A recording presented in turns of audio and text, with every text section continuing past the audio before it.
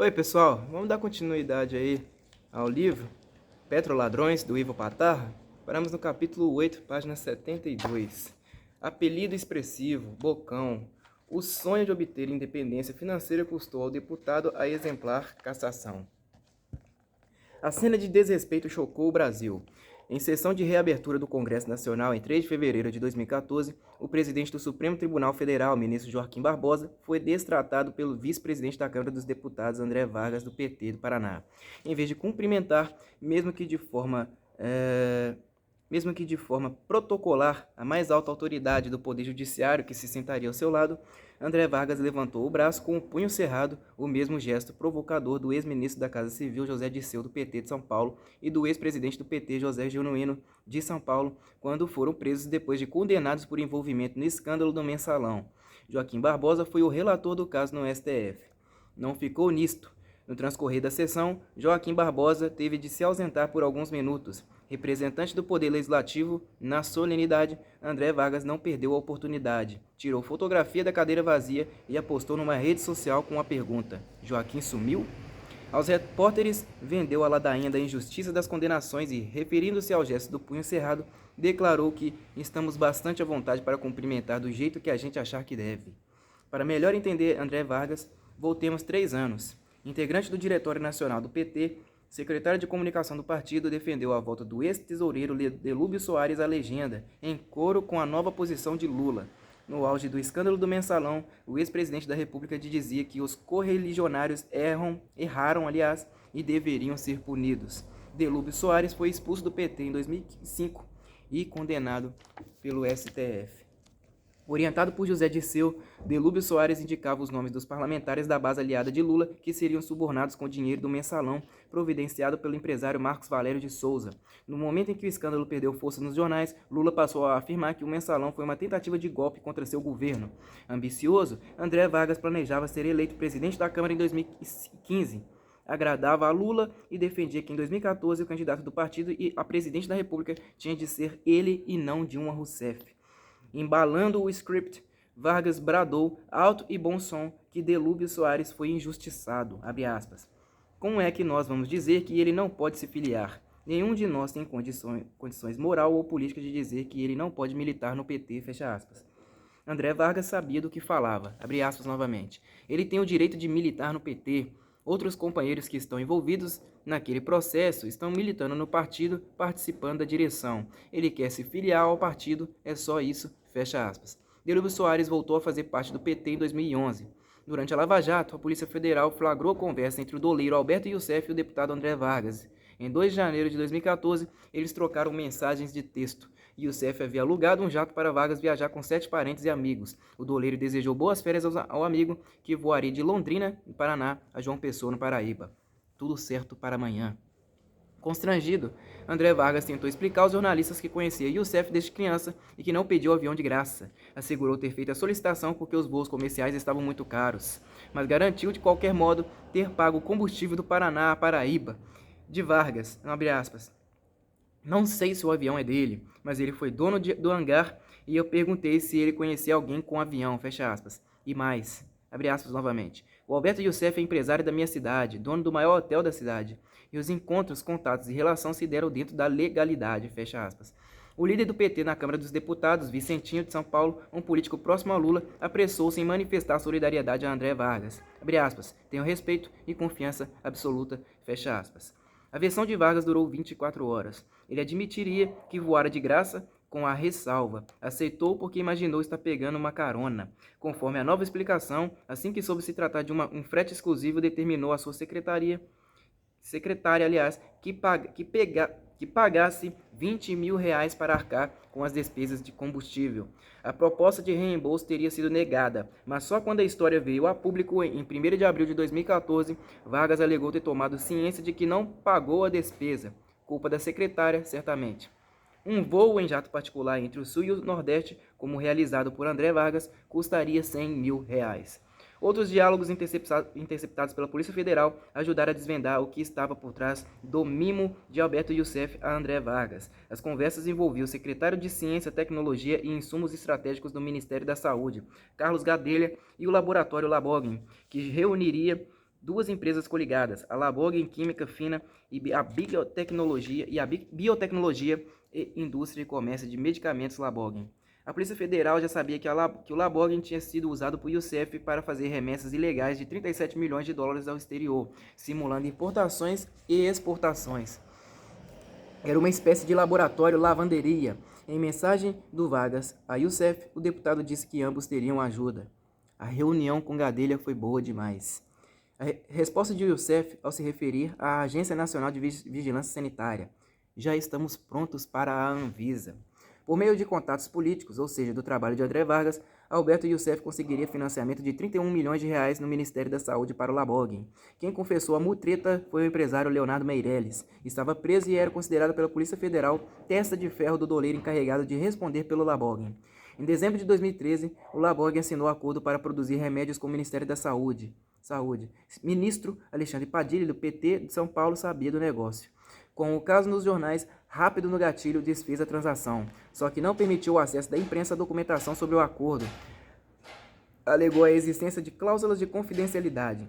Alexandre Padilha era o pré-candidato de Lula ao governo de São Paulo em 2014.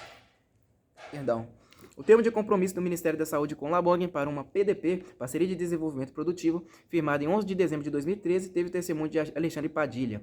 Após profunda avaliação técnica, previa a fabricação de medicamentos com a participação da EMS, o maior laboratório do país, e do Laboratório Farmacêutico da Marinha. Faltavam documentos do Laborg, mas o laboratório justificou ter perdido todos os seus livros contábeis. E-mails interceptados envolveram nas tratativas o diretor de Produção Industrial e Inovação do Ministério da Saúde, Eduardo Jorge Oliveira. Ele teria indicado a associação entre o Laborg e a EMS. Para os investigadores da Lava Jato, ficou a evidência de que caberia ao Laborg, se tanto um pequeno laboratório endividado, pagar propina aos envolvidos na jogada. Mensagem de Alberto Youssef a André Vargas, interceptada nas investigações, apontou a importância dos contratos que seriam assinados com o Ministério da Saúde. Acredite em mim, você vai ver o quanto isso vai valer. Tua independência financeira e a nossa também, é claro. Outro diálogo entre os dois, no qual captar significa obter dinheiro e MS, quer dizer Ministério da Saúde, começa com o doleiro. Estou enforcado, preciso de ajuda para captar, estou no limite. Vou atuar. Me ajude. Preciso, hoje vou na indústria. Visita dos técnicos do MS às 14 horas e 30 minutos. Te informo depois como foi. Mais tarde naquele dia, a dupla retomou a conversa. Primeiro, Youssef. Terminou a visita, fomos bem. Temos que aguardar o relatório. Vamos cobrar. Preciso do retorno sobre a estruturação. Outro diálogo travado em 19 de setembro de 2013. Neste diálogo, André Vargas reclamava da falta de um pagamento de R$76 mil por um serviço de tecnologia que seu irmão Milton Vargas teria prestado ao Laborg. Sabe por que não pagam o Milton? Calma, vai ser pago. Falei para você que iria cuidar disso. Consultores que trabalham com ele há meses e não receberam. Deixa que já vai receber. A repercussão dos diálogos nos jornais levou André Vargas a pedir licença do mandato por 60 dias em 7 de abril de 2014. Explicou ter sido procurado por Alberto Youssef, o empresário de Londrina, sua base eleitoral. Fiz como fiz em vários momentos com outros empresários. Eu o orientei na forma da lei. O deputado Vicentinho, do PT de São Paulo, voltou a proteger o correligionário. Abre aspas. A nossa primeira ação é de respeito e confiança absoluta no nosso colega até que prove o contrário, fecha aspas. Em 9 de abril, o Conselho de Ética da Câmara dos Deputados abriu processo de cassação contra André Vargas, apesar de manobras do PT. O deputado José Geraldo, do PT do Paraná, do Pará, apresentou uma questão de ordem alegando que a investigação tinha de ser iniciada pela Corregedoria da Câmara. Começava uma série de chicanas para tentar salvar André Vargas. No mesmo dia, o petista anunciou sua renúncia à vice-presidência da Câmara dos Deputados. Comentário de Rui Falcão, do São Paulo, presidente nacional do PT, ao anunciar que o partido iria ouvir o companheiro André Vargas sobre as denúncias. São fatos noticiados que, por si só, não incriminam ninguém. Quem ouviu o deputado foi o secretário nacional de organização, Florisvaldo Souza, do PT do Paraná, amigo de longa data de André Vargas. Os dois foram fotografados tomando cerveja no restaurante dos Jardins, região nobre de São Paulo. O dirigente do PT teria tranquilizado Vargas, dizendo que ele seria advertido e, no máximo, suspenso por um período. O PT não expulsaria o parlamentar envolvido com o doleiro Alberto Youssef. Aliviado, André Vargas divulgou que não cumpriria os 60 dias de licença e retomaria o mandato quanto antes. Em relação à renúncia à vice-presidência da Câmara, não havia com que se preocupar. Ele a anunciara, mas não chegara a formalizar sua saída do cargo, provavelmente porque considerou que se safaria da encrenca. Disse em casa à mansão. Perfil de André Vargas, publicado pelo jornal Estado de São Paulo em 13 de abril de 2014, fez a aparente maré de sorte do deputado sofreu uma reviravolta. A reportagem levou o PT a reconsiderar a decisão de blindá-lo. A carreira política meteórica do menino pobre de Açaí, do Paraná, começou a tomar corpo em 2002 com sua eleição para deputado estadual. Havia 4 anos que mantinha boas relações com o então deputado federal José Janene, do PP do Paraná, seu guru na política. Por meio dele, que se tornaria famoso pelo envolvimento no escândalo do Mensalão, André Vargas estreitou relações com o doleiro Alberto Youssef. Na Assembleia Legislativa, André Vargas presidiu a CPI dos pedágios. O relatório final foi favorável às empresas concessionárias. A Vargas ganhou o sujeito sugestivo apelido de Bocão. Eleito deputado federal pelo PT em 2006, seguiu os passos de José Janene e foi para a Comissão de Minas e Energia. Assim, aproximou-se das questões que envolviam a Petrobras. Com a morte de Janene, herdou os serviços do homem de confiança do morto para assuntos políticos, Wagner Pinheiro. Em 2006, André Vargas não possuía sequer casa própria. Em 4 anos, o patrimônio aumentou mais de 7 vezes, de R$80 mil para R$572 mil. Um exemplo de prática política do petista. Apresentou emenda parlamentar para recapear as ruas do bairro onde tem residência em Londrina. Na eleição de 2010, apesar do patrimônio formal de R$572 mil, distribuiu R$893 mil em dobradinhas com 32 candidatos a deputado estadual de 3 partidos diferentes. Pouco tempo depois, exibia-se pelas ruas de Londrina em carros de luxo e era proprietário de imóvel do condomínio Alphaville Jacarandá, onde as residências valiam pelo menos R$2 milhões. Com receio das possíveis revelações de conteúdo de 12 mil gravações interceptadas pela Polícia Federal durante a Lava Jato, André Vargas anunciou em 14 de abril de 2014 que renunciaria ao mandato. Dessa forma, atenderia aos apelos de parte dos dirigentes do PT para não prejudicar o partido nas eleições daquele ano. No dia seguinte, voltaria atrás. Argumentou que o processo disciplinar, já aberto na Comissão de Ética, não impediria a cassação do mandato. Renunciou apenas ao cargo de vice-presidente da Câmara dos Deputados, do deputado José Mentor, do PT de São Paulo, um amigo leal. Ele consultou advogados e decidiu que vai se defender. Ele tem o direito de se defender e nós vamos ajudá-lo. André Vargas, o Bocão, veio a público dizer que tinha o apoio de 30 dos 88 deputados do PT. Na Comissão de Ética, José Geraldo, do PT do Pará, pediu vista do processo, adiando a votação do parecer. Com o suporte dos deputados Cândido Vacareza, do PT de São Paulo, e Luiz Sérgio, do PT do Rio de Janeiro, Vargas subiu o tom. Não renuncio, agora eu vou até o fim e vou fazer o meu sucessor na vice-presidência da Câmara. Detalhes das gravações voltaram a incomodar. Em 6 meses, de 19 de setembro de 2013 a 12 de março de 2014, Vargas e Youssef trocaram 270 mensagens de texto por celular. Os dois se tratavam como irmão e se despediam com um beijo. Fizeram referências ao então ministro da Saúde, Alexandre Padilha. Para a Polícia Federal, a dupla queria ganhar R$150 milhões fazendo negócios com Labog. Do relatório da investigação, abre aspas. Existem indícios que os envolvidos tinham uma grande preocupação em colocar à frente da Labog em alguém que não levantasse suspeitas das autoridades fiscalizadoras, fecha aspas.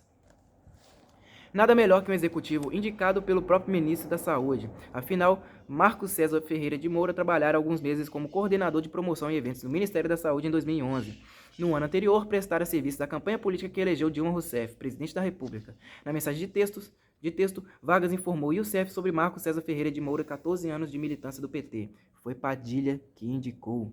Alexandre Padilha negou a indicação, mas admitiu conhecer Moura há mais de 20 anos. Reencontrou-o no primeiro governo Lula, quando ele militava em Manaus, no Amazonas. Alexandre Padilha deu entrevista com as mãos trêmulas. Abre aspas. Conheço sim o Marcos César Moura. Ele foi militante do PT no começo dos anos 90. É uma pessoa que eu nunca mais tinha contato, mas nos reencontramos quando eu era da Secretaria de Assuntos Federativos da Presidência da República, fecha aspas.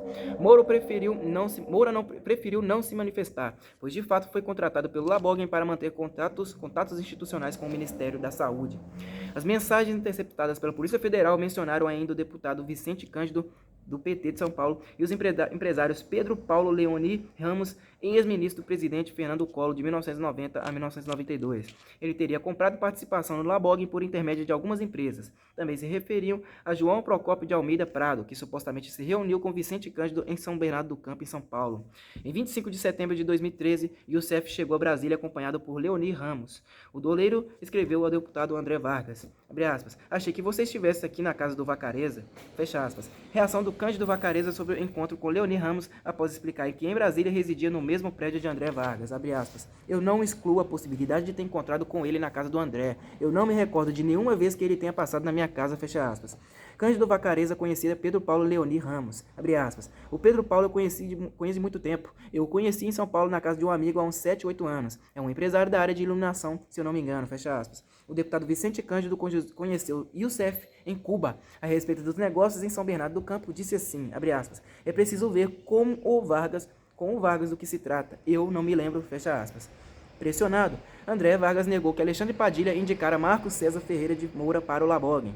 Abre aspas. Estou preparado para responder a todos os questionamentos dos foros competentes, onde terei direito à defesa e ao contraditório. Vazamentos seletivos e fora do contexto não podem servir a pré-julgamento do que tenho sido vítima. Fecha aspas. Vargas não explicou quem era o Padilha da mensagem enviada a Youssef. Pediu desfiliação do PT. Cartadas protelatórias. Enquanto o Alexandre Padilha ameaçava processar André Vargas, Fernando Meirelles, apontado como testa de ferro de Alberto Youssef no Labogging, deu guarida às conveniências políticas. Afirmou em 28 de abril de 2014 que o petista Moura foi indicado para o laboratório por Leoni Ramos, o ex-ministro de Collor. A notícia passou quase despercebida, sem repercussão. 4 dias depois, em 2 de maio, o agora ex-petista André Vargas, ainda deputado, subiu à tribuna da Câmara para dizer que Alexandre Padilha não foi responsável pela indicação de Moura. Segundo a nova versão, Moura o procurou em seu gabinete em busca de emprego. Do pronunciamento, abre aspas, vi o currículo dele e achei interessante. Ajuda as pessoas. Eu era o vice-presidente e centenas de pessoas me procuraram para conseguirem alguma colocação, fecha aspas. Mais 4 dias e Fernando Meirelles voltou à carga. Quis passar a ideia de que o Labogging era sério, aproveitou para prestar um favor político, abre aspas, não sou laranja, não sou sócio do Padilha, fecha aspas. Do diálogo interceptado pela Polícia Federal em 5 de março de 2014, em que a doleira Nelma Mitsu Penasso Kodama pediu a ajuda de Alberto Youssef para nomear um amigo na Polícia Civil de São Paulo, onde Alexandre Padilha disputaria a eleição para o governador. Se Padilha ganhar o governo, ajudo ele e muito. Com o andamento das investigações, descobriu-se que o Labogging levara 113 milhões de dólares por meio de 1.945 contratos de câmbio de até 100 mil dólares cada um. O valor baixo pretendia não causar suspeitas. As operações se deram entre janeiro de 2009 e dezembro de 2013. Outros 71 milhões de dólares de 3 empresas ligadas a Alberto Youssef teriam movimentado somas oriundas da propina de contratos superfaturados em órgãos públicos. Até doleiros chineses participavam da rede de Alberto Youssef, que simularia importações de medicamentos e mandaria dinheiro a eles na China. Atendia clientes brasileiros usando o Labogging para internar de forma ilícita caixas de bebidas finas, coleções de joias, instrumentos musicais, aparelhos tecnológicos e até seda chinesa, olha só. André Vargas já fora chamado a depor 6 vezes quando, em 5 de agosto de 2014, finalmente apareceu pela primeira vez no Conselho de Ética que o julgava. Recusou-se mais uma vez a prestar depoimento ao relator do processo, deputado Júlio Delgado, do PSB de Minas Gerais. Bateu boca e, em mais uma manobra para adiar a decisão, pediu a substituição de Júlio Delgado. Perdeu por 11-2 com os votos solitários de Cibá Machado, do PT do Acre, e José Geraldo, do PT do Pará. Declaração de André Vargas. Eles não nos ofereceram as condições de fazermos nossa defesa. Júlio Delgado pediu a cassação por quebra de decoro parlamentar. O Conselho de Ética aprovou. Vargas entrou com recurso na CCJ, a Comissão de Constituição e Justiça da Câmara, e reuniu-se com os representantes do PT. Exigiu uma saída. Para ganhar tempo, José Mentor pediu vista do recurso. Na reunião seguinte, em 4 de novembro, não houve quórum. Um acordo entre PT e PMDB tomou forma. Se o processo não chegasse ao plenário da Câmara dos Deputados antes do recesso parlamentar, André Vargas não seria cassado e assim evitaria uma inelegibilidade de 8 anos. Um novo adiamento se deveu a uma suposta viagem do advogado de Vargas. No total, conseguiram postergar 6 vezes o julgamento, mas em 11 de novembro de 2014, a CCJ confirmou a decisão do Conselho de Ética pela cassação. Votaram contra os seguintes deputados: José Mentor, do PT de São Paulo, Nelson Pellegrino, do PT da Bahia, João Paulo Lima, do PT do Pernambuco, José Guimarães, do PT de Ceará, Décio Lima, do PT de Santa Catarina, Francisco Chagas, do PT de São Paulo, Geraldo Simões, do PT da Bahia, Emiliano José, do PT da Bahia e Marcos Medrado, do SD da Bahia. A votação final do processo no plenário da Câmara dos Deputados viria em seguida. Foi adiada devido a um pedido de licença médica de André Vargas, que informou ter feito cirurgia na boca. Solicitava uma semana para se recuperar. Na semana seguinte, foi a vez da cúpula da Câmara dos Deputados remarcar a sessão para 10 de dezembro, uma semana antes do encerramento dos trabalhos legislativos. Nos bastidores, chegou a haver comentários sobre a possibilidade de não haver quórum no dia da votação. Numa última cartada, André Vargas destituiu, o seu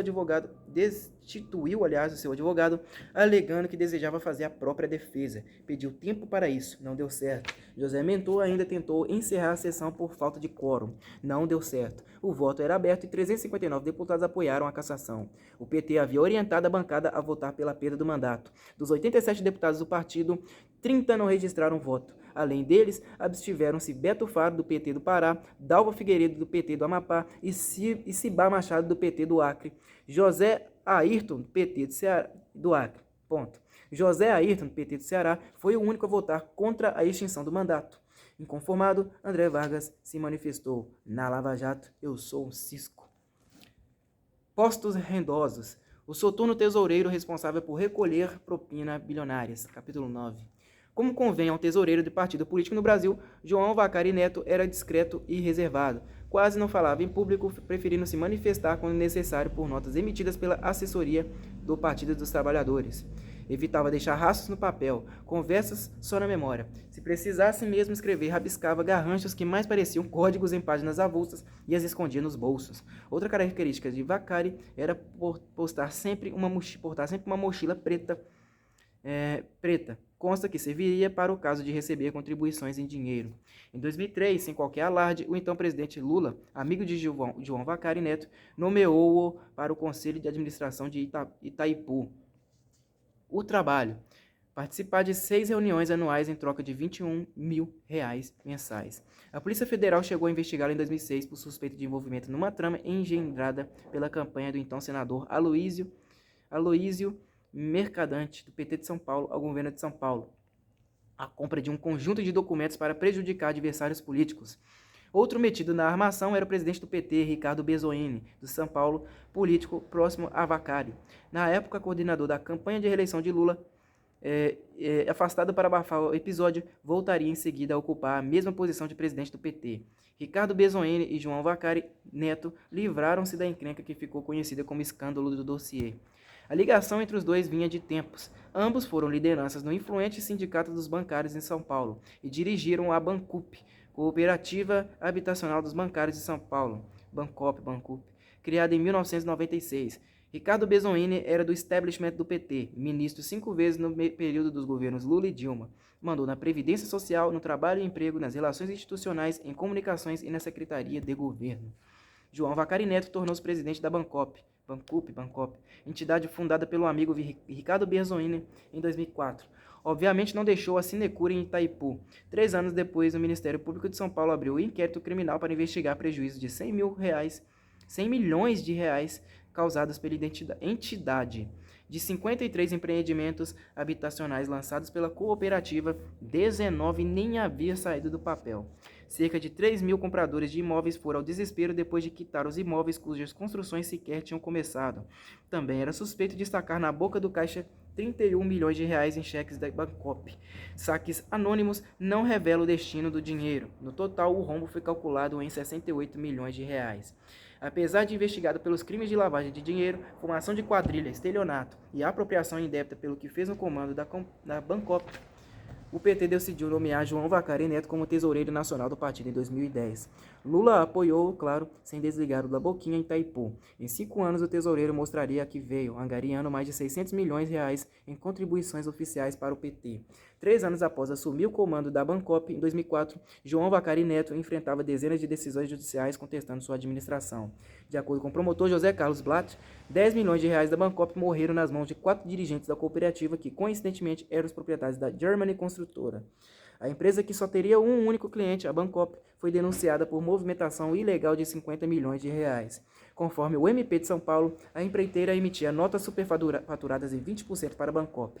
Aliás, os mesmos dirigentes da Germany Construtora seriam os donos da consultoria Miso Gerenciamento, empresa denunciada por desviar dinheiro da cooperativa para o PT. Causaram estranheza pagamentos que somaram 1,5 milhão de reais feitos à empresa de segurança de Freud Godoy, um ex-guarda-costas de Lula, também enrolado no caso do escândalo do dossiê. do promotor José Carlos Blatt na época. Abre aspas. A Bancop é uma organização criminosa com fins políticos partidários. Sua função principal é captar recursos para o Caixa 2 do PT. Ela ajudou a financiar a campanha de Lula em 2002, fecha aspas. Pré-candidata à sucessão de Lula em 2010, a então ministra da Casa Civil, Dilma Rousseff, defendeu a escolha de Vacari como tesoureiro do PT. Abre aspas. As pessoas têm o direito de se defender antes de serem condenadas, acusadas e de fato afastadas, fecha aspas. João Vacari Neto desligou-se da Bancop, mas o doleiro Lúcio Bolonha Funaro, envolvido no escândalo do mensalão, o acusou em delação premiada. Afirmou em 2003 ainda ter, antes de assumir a presidência da cooperativa, Vacari fazia papel de intermediário entre o PT, fundos de pensão de empresas estatais, bancos e corretoras. Naquele ano e no seguinte, período em que o mensalão correu solto, Vacari recolheria propina de 6% a 15% dos interessados em transações financeiras com os recursos de pensão Petrobras, Previ, Banco do Brasil, Funcef, Caixa Econômica Federal, Nucleus, Nuclebras e Eletros, da Eletrobras. Vacari agiria como parceiro do então tesoureiro do PT, Delúbio Soares, sob o comando do ministro da Casa Civil, José Dirceu, do PT de São Paulo. Segundo Lúcio Bolonha Funaro, ele foi apresentado a João Vacari Neto pelo presidente do PL, Partido Liberal, deputado Valdemar Costa Neto de São Paulo. A legenda mudou de nome para PR, Partido da República, após ficar chamuscada pelo mensalão. A reunião ocorreu na sede da Bancop, no centro de São Paulo, e Vacari explicaria como se dava o recebimento de propina nos negócios com os fundos de pensão. Tudo era tocado sob orientação do professor Delúbio Soares e operado por ele, Vacari e Marcelo Sereno, homem de confiança de José Dirceu, na época, dono de um cargo de assessor no governo de Lula. Ferramentas de arromba. Entre 2003 e 2004, os dois bancos envolvidos com Mensalão, Rural e BMG, mais o Santos, também acusado por falcatruas, teriam recebido 600 milhões de reais dos fundos de pensão sob influência do PT. Só dos 5 fundos mencionados, Delúbio Soares e João Vacari Neto teriam comandado a aplicação de 182 milhões de reais em títulos do Rural e do BMG. Prejuízo certo para trabalhadores das estatais, lucro garantido para espertalhões do mercado e da política. A Polícia Federal abriu investigações para apurar a gestão do FIDC, o Fundo de Investimento em Direitos Creditórios, uma ferramenta criada pela Bancop em 2004, ano em que o João Vacari Neto assumiu a presidência da cooperativa. 3 fundos de pensão, a Petros, a Previ e a Funcef, aplicaram 26,2 milhões de reais no tal FIDC em 2 anos. As operações terminaram sendo classificadas como de alto risco e a cooperativa só pagou a metade da rentabilidade alvo da carteira. O Ministério Público denunciou João Vacari Neto à Justiça em outubro de 2010. Ele foi acusado por crimes de formação de quadrilha, estelionato, falsidade ideológica e lavagem de dinheiro nos mais de 10 anos em que ocupou cargos de direção na Bancop. Ele se tornara diretor administrativo e financeiro da cooperativa, a posição que fora de Ricardo Bezoini, eleito deputado pelo PT. Àquela altura, associações formadas por 1.000 famílias cooperadas já haviam pedido a dissolução da Bancop, alegando ser vítimas de um golpe. Afinal, pagaram por moradias que não foram entregues enquanto a entidade fazia saques suspeitos milionários. O Conselho Superior do Ministério Público de São Paulo determinou a abertura da ação civil pública para a dissolução da cooperativa. Segundo o relator do caso, Edgar Moreira da Silva, a Bancop desenvolveu atividades ilícitas à condição jurídica da cooperativa, de cooperativa, ao atuar no mercado como se fosse uma empresa incorporadora. Em suas palavras, abre aspas, há indícios sérios e consistentes de desvios de recursos financeiros dos cooperados para fins escusos e para empresas de integrantes da direção da Bancop, fecha aspas. O Tribunal de Justiça de São Paulo decretou a desconsideração da personalidade jurídica da Bancop em 13 de março de 2012. A Justiça já tinha aberto ação penal contra João Vacari Neto, dirigente histórico da entidade, que se defendeu das acusações justificando que não era mais o presidente. Abre aspas, os problemas vieram da administração anterior da Bancop e o que fiz foi trabalhar para saneá-los, fecha aspas. Quase 2 anos depois, no curso das investigações da Lava Jato, a Polícia Federal descobriu que João Vacari Neto esteve na sede da GFD Investimentos, controlada pelo doleiro Alberto Youssef. O tesoureiro confirmou ter ido ao local para encontrar Youssef, embora também tenha dito que não mantinha relacionamento com o doleiro. Sinistro, Vacari se recusou a explicar o que foi fazer na GFD. Situada no bairro do Itaim Bibi, em São Paulo. Indicada pelos investigadores da Lava Jato como empresa de fachada, a GFD serviria para lavar propina oriunda de construtoras contratadas pela Petrobras. Emitiria notas fiscais sem prestar serviços. Policiais federais suspeitaram que Vacari foi a GFD intermediar negócios entre o Fundo de Pensão Petros e as empresas de Youssef. Em depoimento à Polícia Federal, um advogado laranja de Youssef, Carlos Alberto Pereira da Costa, afirmou que João Vacari Neto esteve várias vezes aí na sede da CCA Project Finance, outra empresa sob controle de Doleiro, para possivelmente tratar de operações ligadas a fundos de pensão com Cláudio Mendes, diretor da CSA. Costa colaborou com as investigações para abrandar sua condenação.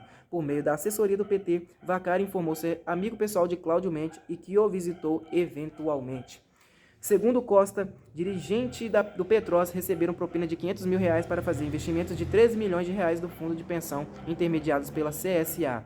Ele apontou o então gerente de novos negócios da Petros, Humberto Pires Graut, ligado ao PT, como um dos funcionários do fundo que recebeu suborno.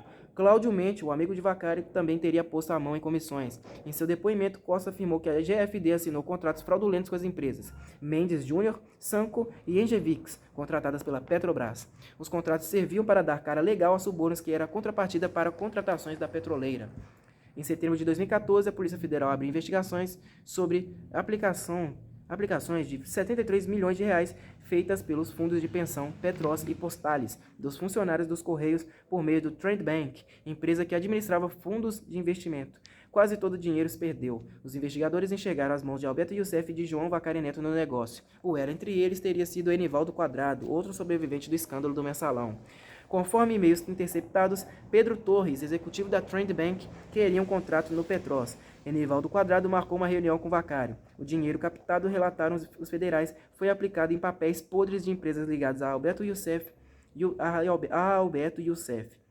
Duas empresas, Rockstar Marketing e JSM Engenharia e Terraplanagem, receberam R$100 milhões em aplicações do Trend Bank. A terraplanagem, em 2010, elas repassaram R$1,5 milhão para a MO Consultoria, a empresa de fachada controlada por Youssef. Para os investigadores, não havia dúvida de que Vaccari recebia propina do doleiro.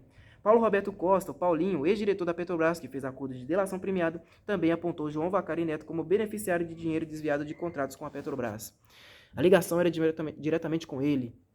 Alberto Youssef confirmaria o desvio. João Vaccari Neto pegava o suborno em nome do PT, enquanto Fernando Soares, conhecido como Fernando Baiano, era o intermediário do PMDB. Cabia ao próprio Paulinho cuidar da parte do PP. Youssef administrava todo esse dinheiro. Do suborno de 3% cobrado nos contratos de todas as diretoras da Petrobras, os que se referiam especificamente a 3 diretorias controladas pelo PT, Serviços, Exploração e Produto e Gás e Energia, ficavam integralmente com o partido. Dos 3% dos contratos assinados na diretoria internacional sob comandos do PMDB, 2% eram repassados para o PT e 1% ficava com o PMDB. Na diretoria de abastecimento, a de Paulinho distribuía-se na mesma proporção, 2% para o PT e 1% para o PP. A 4 dias do segundo turno das eleições presidenciais de 2014, o presidente do PT, Rui Falcão, veio a público dizer que, por decisão do governo, João Vaccari Neto seria desligado do Conselho de Administração de Itaipu, embora não houvesse razão para destituí-lo do cargo de tesoureiro do PT. Nosso partido não convive com malfeitos e atos de corrupção.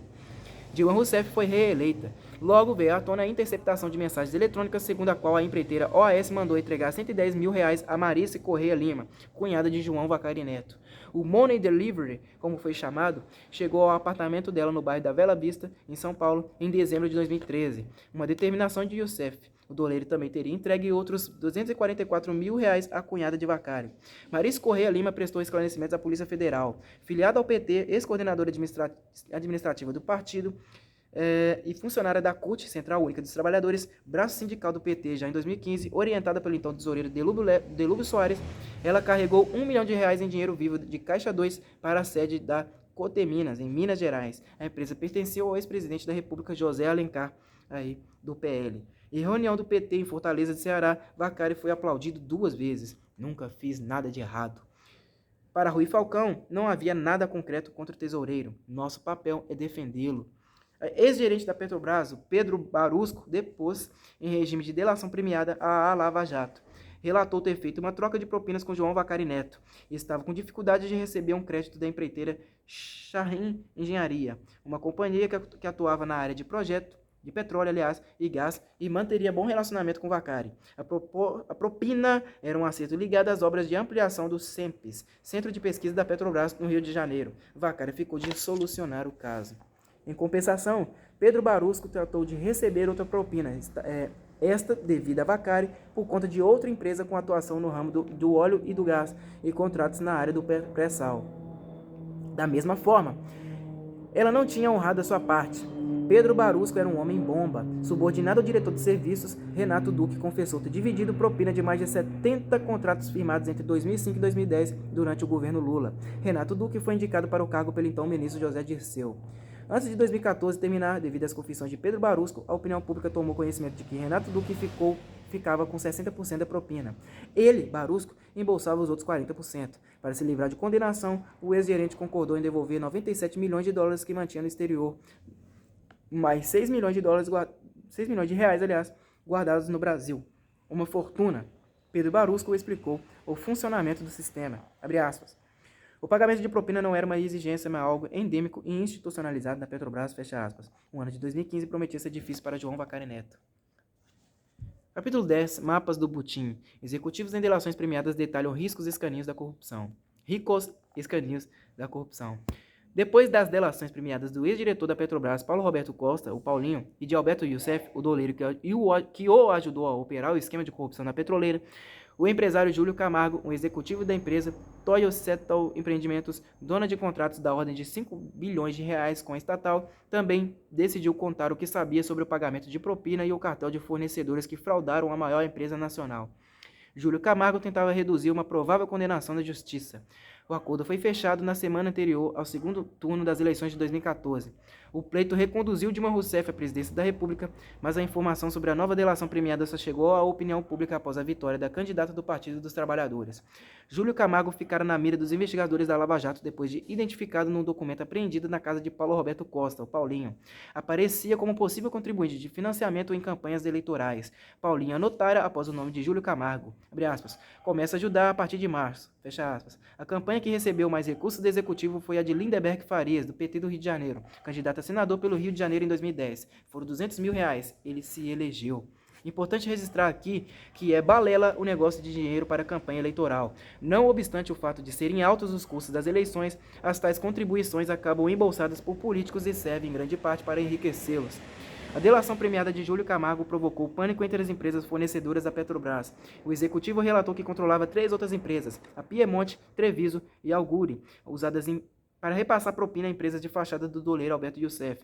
Entre janeiro de 2009 e dezembro de 2013, a Piemonte transferiu 8,5 milhões de reais para a GFD Investimentos de Youssef. A Treviso injetou outros 4,4 milhões de reais na GFD.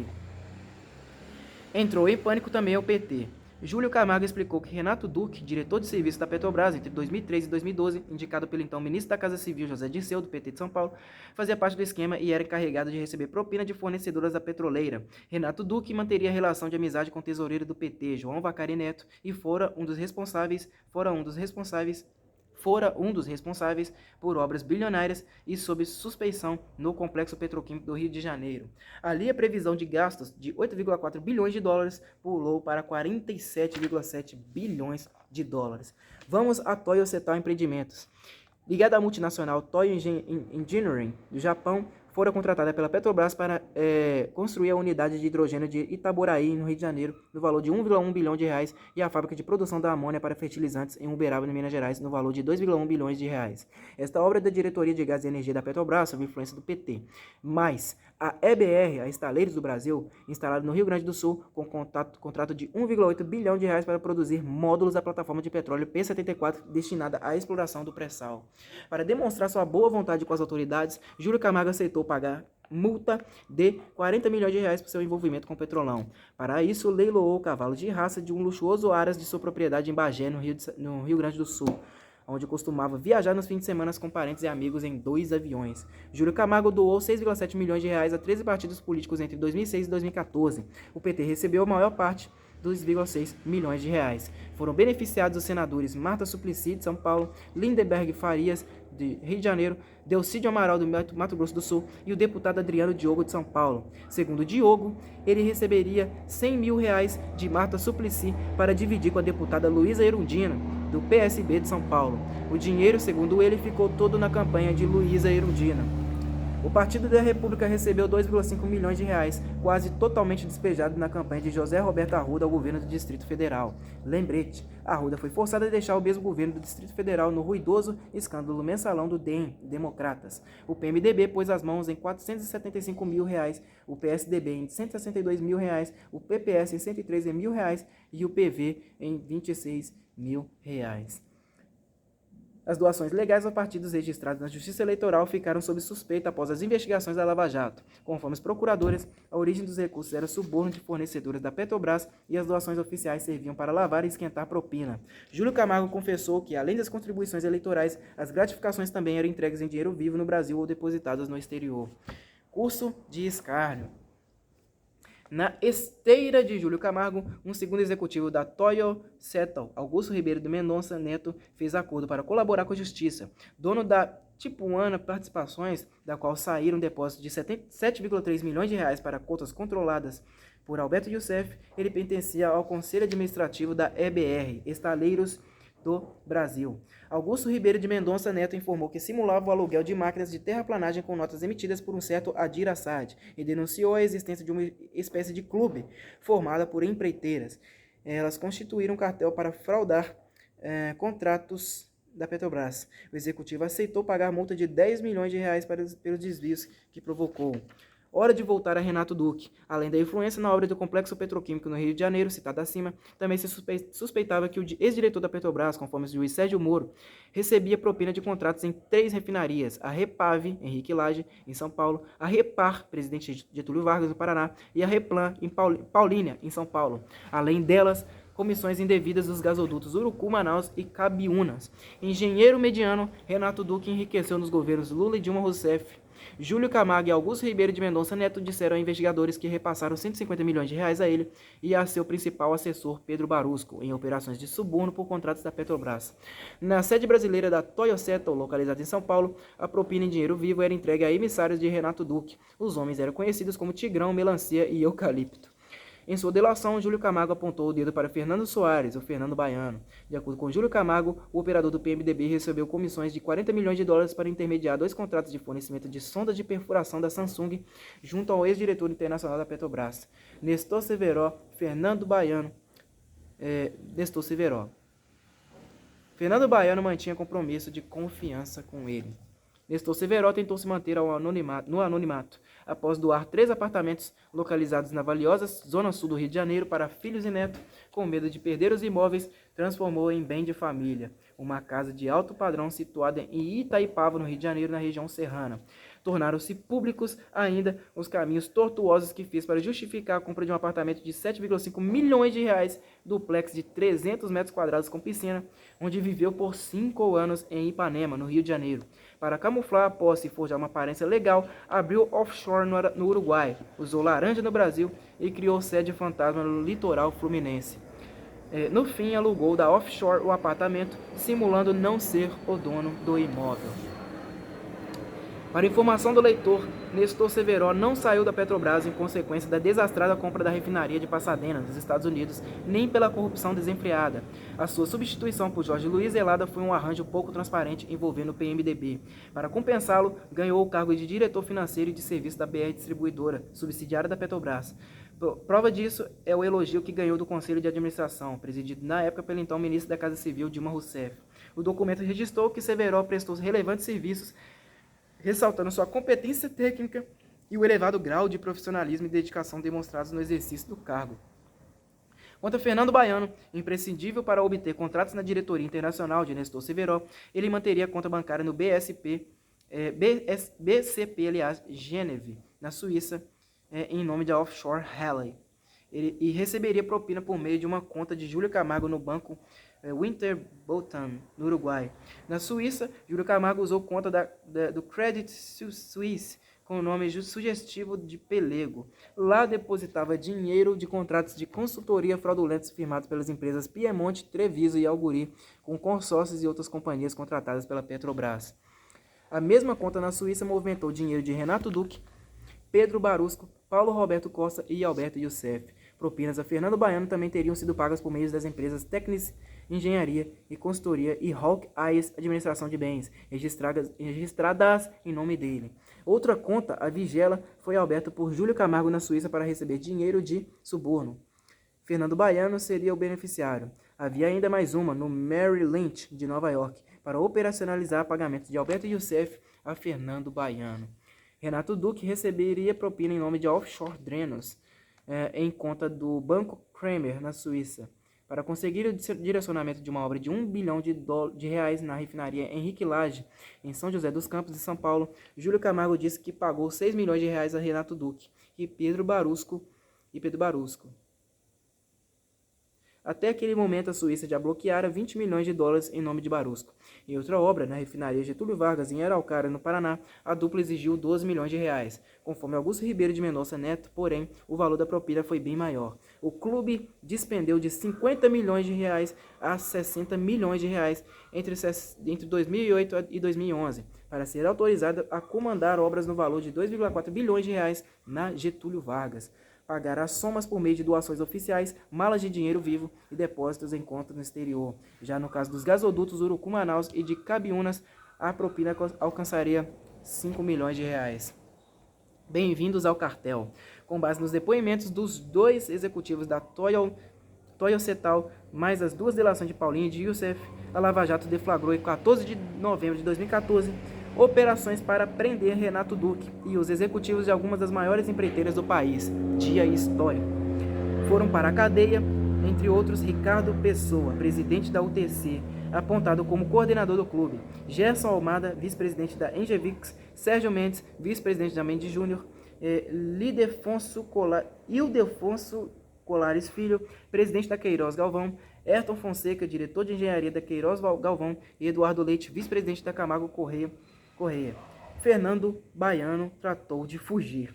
Em depoimento, Augusto Ribeiro de Mendonça Neto relatou que, sob orientação de Renato Duque, procurou o tesoureiro João Vacari Neto para repassar 4 milhões de reais em suborno com contribuições oficiais ao Partido dos Trabalhadores.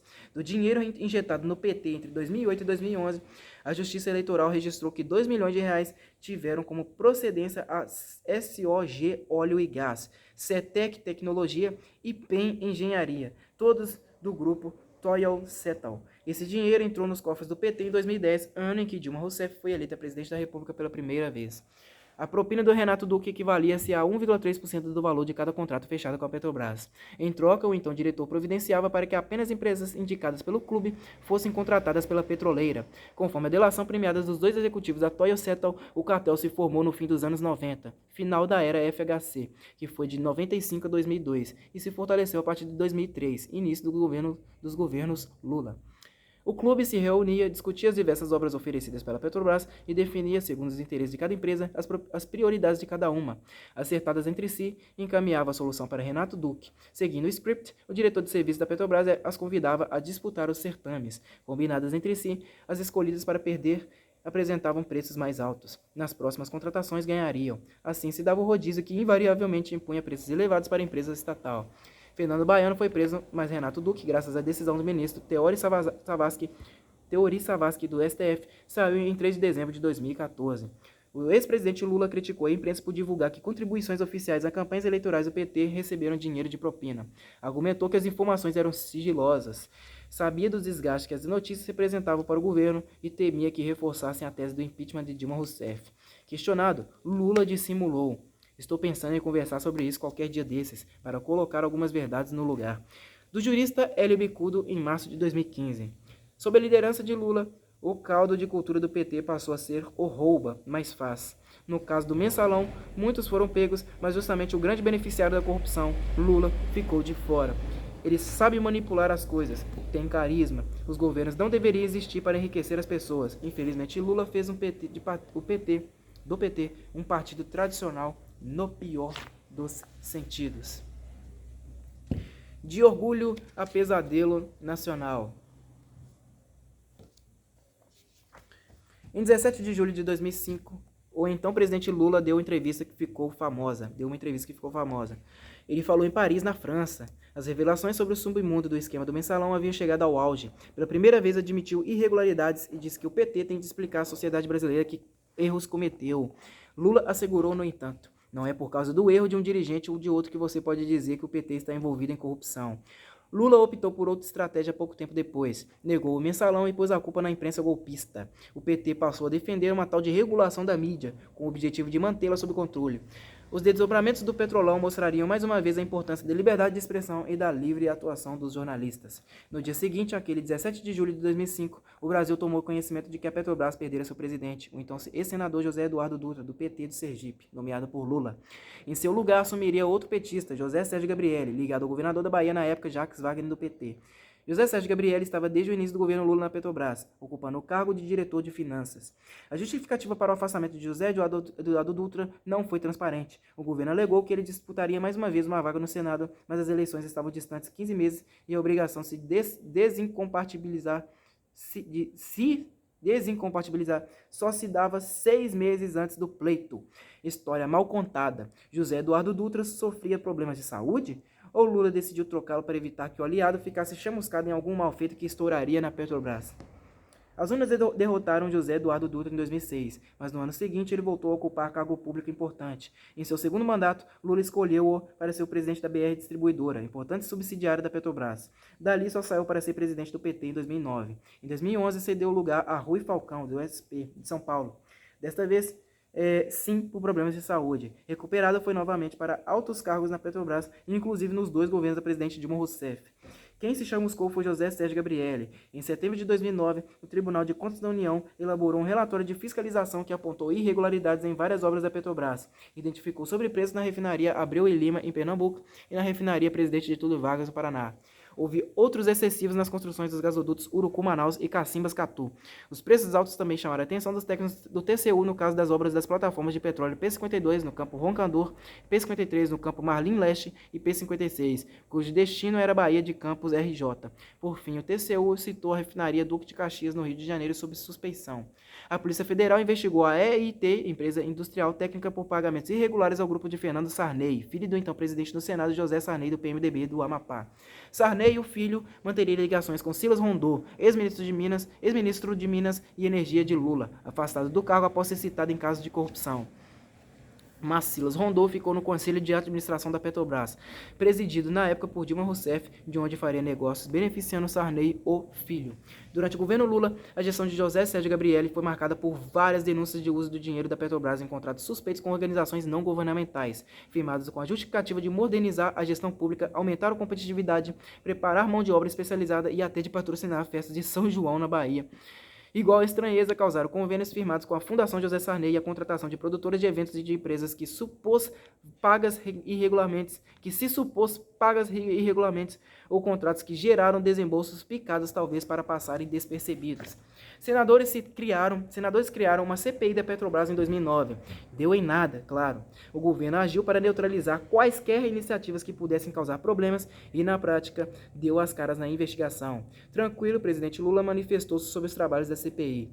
O Senado só tem gente experiente. Você acha que algum bobo no Senado? Tem algum bobo no Senado? O bobo é quem não foi eleito. Os espertos estão todos eleitos. José Sérgio Gabrielli tampouco poderia ser chamado de bobo. Em abril de 2011, acumulou o cargo de presidente da Petrobras com de integrante do Conselho de Administração da Itaúsa, ligado ao Banco Itaú. Ali representava o fundo de pensão Petros, dos funcionários da Petrobras. Ganho anual por participar de 4 reuniões por ano, R$630 mil. Em outro conselho de administração da petrolífera portuguesa Galp, recebia R$300 mil anuais.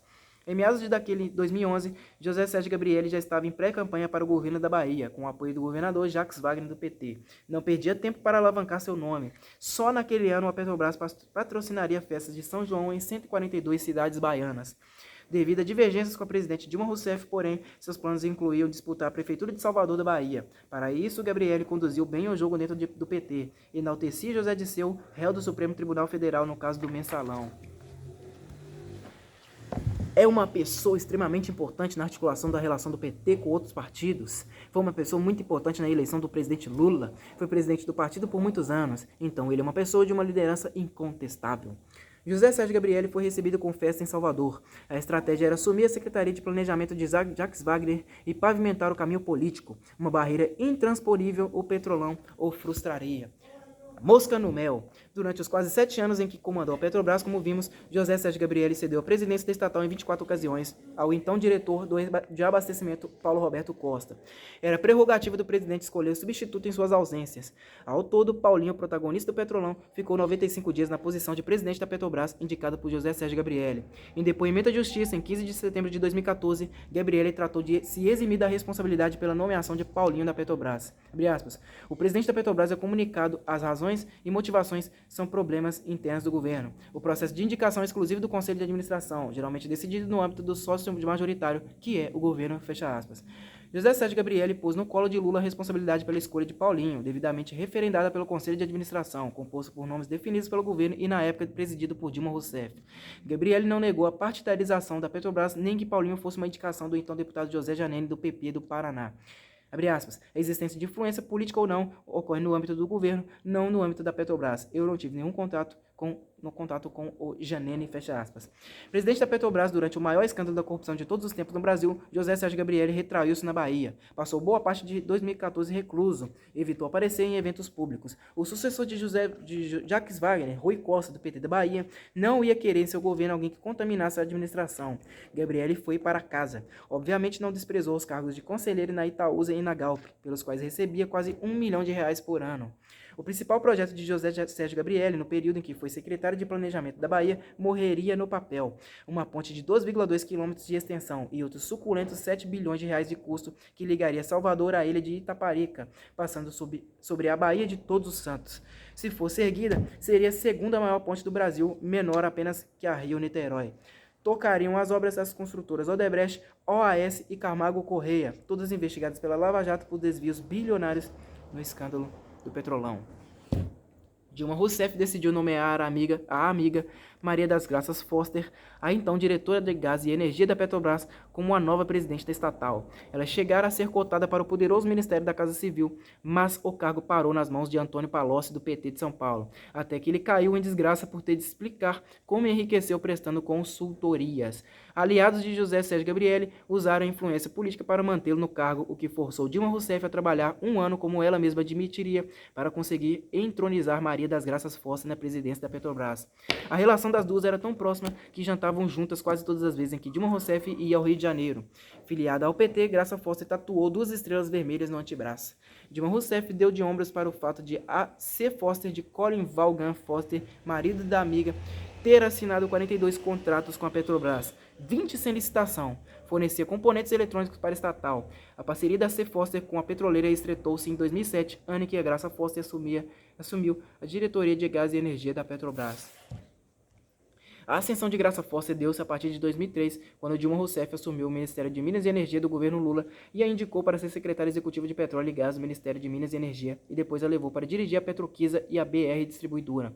Uma apuração interna da Petrobras sobre a contratação da empresa de Colin Vaughan Foster entendeu que o relacionamento Maria das Graças e Foster comprometia a regularidade administrativa no setor e inibia críticas e questionamentos relativos aos trabalhos da C. Foster. Mas a posição de Dilma Rousseff sobre assuntos dessa ordem já era conhecida.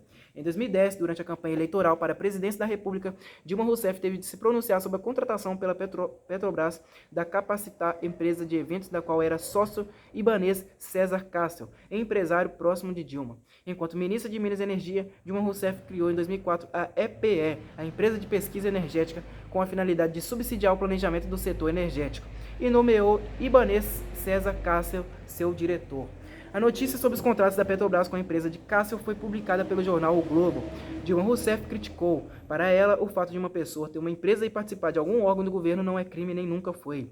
Em entrevista, a então candidata a presidente da República citou 2 ex-ministros do presidente Lula, o Roberto Rodrigues, da Agricultura, e Luiz Fernando Furlan, do Desenvolvimento, Indústria e Comércio Exterior.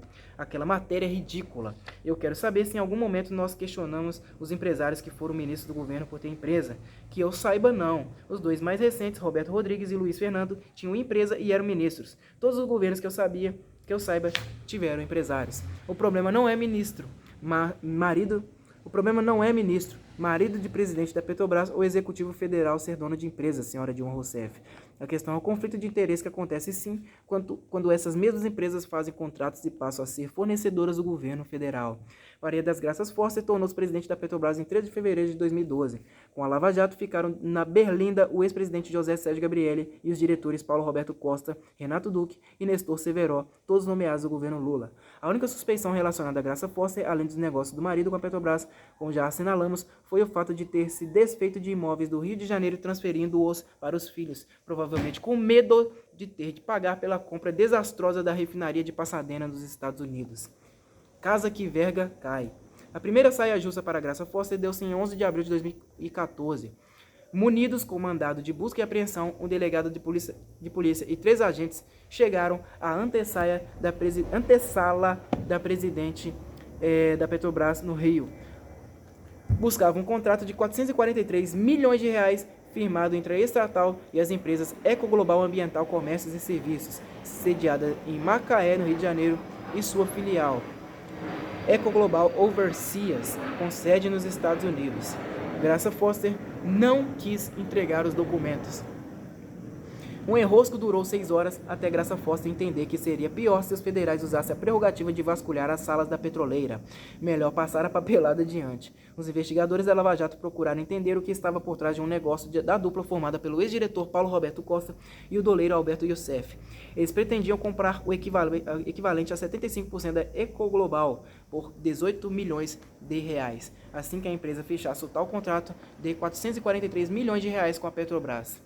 A situação se agravou quando a empresa de auditoria PwC, PricewaterhouseCoopers, recusou o aval às demonstrações financeiras da Petrobras e decidiu adiar a divulgação de um balanço.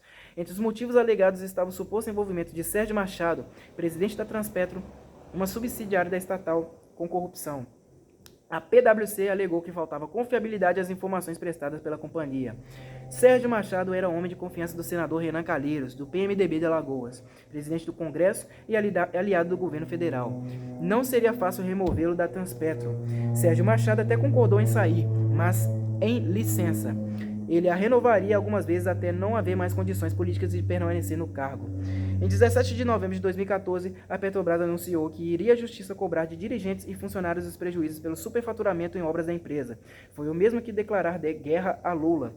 O motivo era os prejuízos de 792 milhões de dólares apontados pelo Tribunal de Contas da União na compra da refinaria de Pasadena, mas já se sabia que não haveria como fugir dos rombos denunciados no complexo petroquímico do Rio de Janeiro e nas obras da refinaria Abreu e Lima, em Pernambuco. Graça Forster criticara José Sérgio Gabrielli ao tomar posse do comando da Petrobras. Mencionou, sobretudo, erros na refinaria Abreu e Lima. Depois, pressionada, recuou. Afirmou que também fazia parte da diretoria da petroleira quando decisões erradas foram tomadas e por isso também se considerava responsável. Na prática, porém, divulgou os resultados de uma investigação interna que concluíra, como já vimos, não ter havido suborno nas relações da Petrobras com a multinacional holandesa SBM Offshore. Naquele mesmo 17 de novembro, entretanto, a Petrobras veio a público reconhecer que houve pagamento de propina no aluguel de embarcações da SBM Offshore. Não revelou valores nem envolvidos. De Graça Forster, abre aspas. Passadas algumas semanas, alguns meses, eu fui informado de que havia sim pagamentos de propina para empregado ou ex-empregado da Petrobras, fecha aspas. Àquela altura, a estatal mantinha contratos de 20 bilhões de dólares com a SBM Offshore. Alugava 8 navios da holandesa.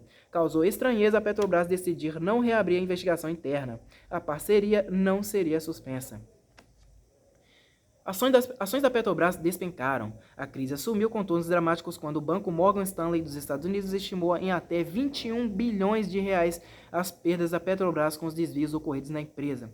A SEC, Securities and Exchange Commission, reguladora do mercado de capitais dos Estados Unidos, abriu investigação por corrupção da Petrobras. Analistas citaram a Petrobras como a empresa mais endividada do mundo. No auge, em 2008, a estatal chegou a valer 737 bilhões de reais.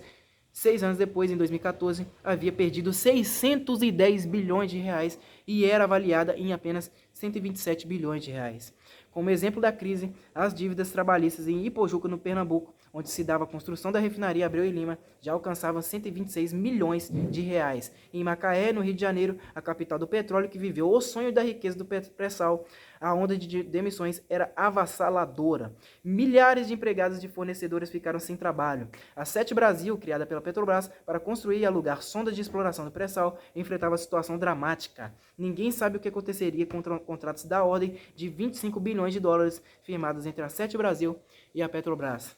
Durante uma conferência internacional para tratar do combate à corrupção realizada em Brasília, em 9 de dezembro de 2014, o Procurador-Geral da República, Rodrigo Janot, irritou a presidente Dilma Rousseff ao pedir o afastamento de Graça Foster da Petrobras. Palavras de Rodrigo Janot, abre aspas. Diante de um cenário tão desastroso na gestão da companhia, o que a sociedade espera é mais completa e profunda apuração dos ilícitos perpetrados com a punição de todos os envolvidos, fecha aspas. Conforme o Procurador-Geral, a resposta àqueles que assaltaram a Petrobras será firme na justiça brasileira e fora do país. Para o Rodrigo Janot, corruptos e corruptores precisam conhecer o cárcere e devolver os ganhos espúrios que engordaram suas contas à custa de esqualidez do Tesouro Nacional e do bem-estar do povo. Ele disse que a corrupção também sangra e mata e se referiu a Graça Foster ao dizer que o país não tolera mais a desfaçatez de alguns agentes públicos e maus empresários. Esperam-se as reformulações cabíveis, inclusive sem expiar ou imputar previamente culpa à eventual substituição de sua diretoria. Dilma Rousseff mandou seu ministro da Justiça, José Eduardo Cardoso, do PT de São Paulo, defender a Petrobras. Do ministro, nós afirmamos e reafirmamos que não existem quaisquer indícios ou suspeitas que recaiam sobre a pessoa da atual presidente Graça Foster e da atual direção. Que graça não saber de nada.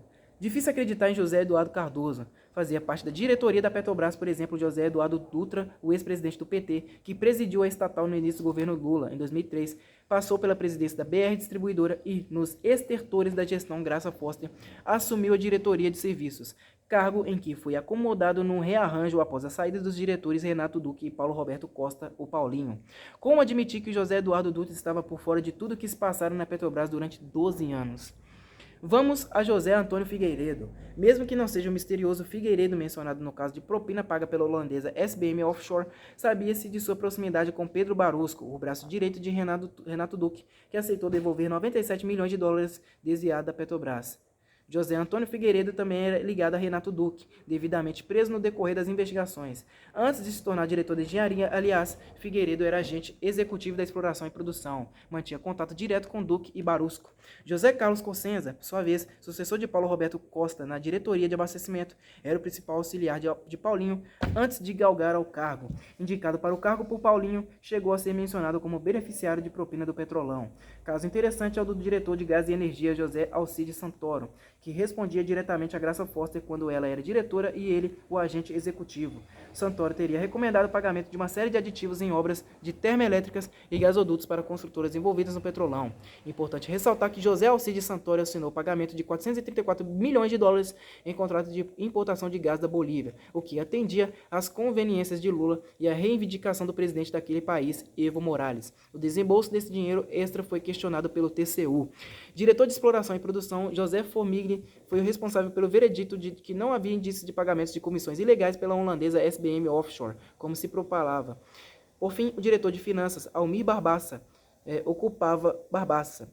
ocupava o cargo desde a gestão de José Sérgio Gabrielli, o que implicava participação, por exemplo, na compra da refinaria de Pasadena. Outra dor de cabeça para a Graça Foster. O jornal Valor Econômico divulgou em 12 de setembro de 2014 reportagem mencionando vários e-mails de uma ex-gerente da Petrobras, Venina Velosa da Fonseca, revelavam que Graça Foster recebeu informações sobre irregularidades ocorridas na petroleira. Venina atuou como gerente executiva da diretoria de abastecimento, sob o comando de Paulo Roberto Costa entre 2005 e 2009. Em uma das mensagens eletrônicas de janeiro de 2009, a então gerente demonstrou gratidão a Paulinho, mas não escondeu a mágoa. Abre aspas, quando me deparei com a possibilidade de ter que fazer coisas que supostamente iriam contra as normas e procedimentos da empresa, contra o código de ética e contra o modelo de gestão que implantamos, não consegui criatividade para isso. No meio do diálogo caloroso e intenso, ouvi palavras como covarde, pular fora do barco e querer me pressionar. esperava mais apoio. Venina Veloso da Fonseca referia-se a despesas irregulares feitas pela diretoria de abastecimento relacionadas a contratos de pequenos serviços de comunicação. O orçamento daquele ano de 2008 era de 39 milhões de reais, mas os gastos entre janeiro e novembro somaram 133 milhões de reais. Paulinho não gostou e, segundo Venina, disse que ela queria derrubar o mundo. Ela explicou o que aconteceu referindo-se a Paulinho, abre aspas. Existe um fato concreto que tinha que ser apurado e investigado. Nesse momento ele ficou muito irritado. A gente estava sentado na mesa da sala dele. Ele apontou para o retrato do então presidente Luiz Inácio Lula da Silva, apontou para a direção da sala do Gabriele e perguntou: "Você quer derrubar todo mundo?" E aí eu fiquei assustada e disse: "Olha, eu tenho 2 filhas, eu tenho de colocar a cabeça na cama e dormir, e no outro dia eu tenho que olhar nos olhos delas e não sentir vergonha", fecha aspas. O desvio na área de comunicação ocorreu. Comissão interna comprovou pagamentos de 58 milhões de reais por serviços não executados e o gerente de comunicação do abastecimento da Petrobras, Giovanni de Moraes, foi exonerado. Entre as denúncias de Venina Velosa da Fonseca estava o pagamento de 4 milhões de reais sem licitação para produtoras de vídeo que trabalharam em campanhas políticas do governador da Bahia, Jacques Wagner, do PT, padrinho político de José Sérgio Gabrielli. O publicitário Ricardo Villani, da agência Murano, confirmou ter recebido por contratos informais acertados com a Petrobras. Giovanni Moraes intermediava. A Polícia Federal identificou o repasse de 1,8 milhão da empresa Sanco Cider, determinado pelo doleiro Alberto Youssef para a empresa de Ricardo Villani. Em depoimento aos investigadores da Lava Jato, Youssef afirmou que Gabriele ordenara o pagamento. Visava obter o silêncio do publicitário sobre supostas ilegalidades na Petrobras. Conforme Ricardo Villani, ele procurou Paulo Roberto Costa para obter o dinheiro que a Petrobras lhe devia. O ex-diretor de abastecimento teria acionado o doleiro Alberto Youssef para solucionar o problema. A ex-gerente Venina Velosa da Fonseca também apontou o dedo para as despesas na construção da refinaria Abreu e Lima, em Pernambuco, cada vez mais altas devido aos sucessivos aditivos assinados com as empreiteiras responsáveis pelas obras. Isso em maio de 2009. Nessa ocasião, alertou então o diretor de serviços Renato Duque, criticou a falta de licitação nos contratos e propôs modificações para economizar dinheiro, responsabilizando as contratadas. As sugestões não foram aceitas.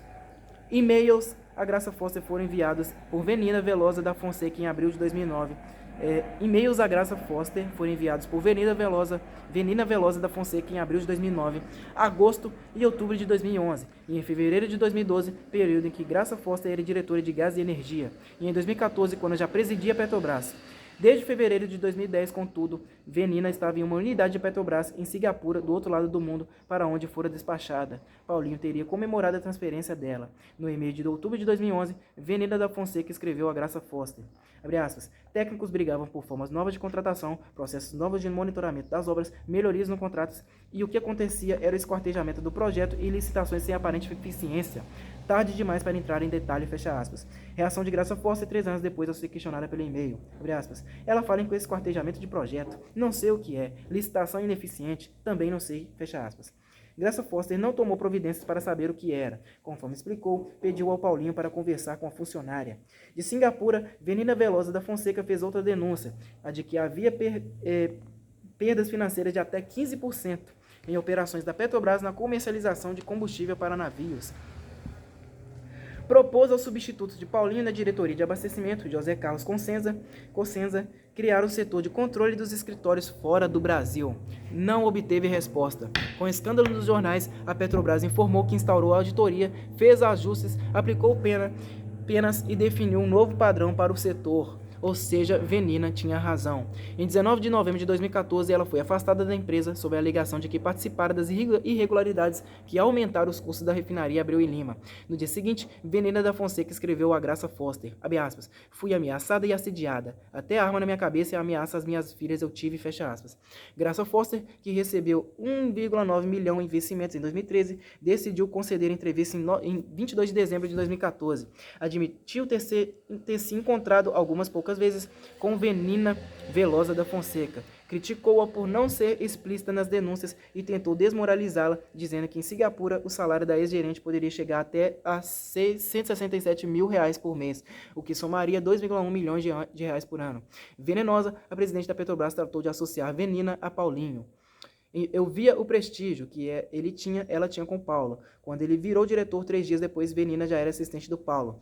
Ele tinha nela muita confiança. Aí ela virou gerente geral, gerente executiva. Ela tinha uma convivência intensa com o Paulo, intensa de trabalho. Quem concedeu a entrevista naquele mesmo dia foi a presidente reeleita, Dilma Rousseff. Irritada, perguntou o que estaria por trás das alegações de Venina Velosa da Fonseca e afirmou não haver provas contra Graça Foster. Eu conheço a Graça, sei da seriedade e da lisura dela. A Graça assumiu a direção da Petrobras e mudou toda a diretoria, abriu todas as investigações que estão em curso. Calma, Dilma Rousseff, não mudou toda a diretoria como já vimos e tampouco abriu as investigações. Ao contrário, não apurou as denúncias de Venina Velosa da Fonseca, enterrou a investigação sobre a multinacional holandesa SBM Offshore e quase criou um atrito com a Polícia Federal por não querer entregar documentos sobre negócio suspeito entre a Petrobras e a empresa Ecoglobal Ambiental de interesse da dupla Paulinho e Youssef. Durante a entrevista de final de ano, Dilma Rousseff afirmou: nós não permitimos na Petrobras indicação política. Sem comentários.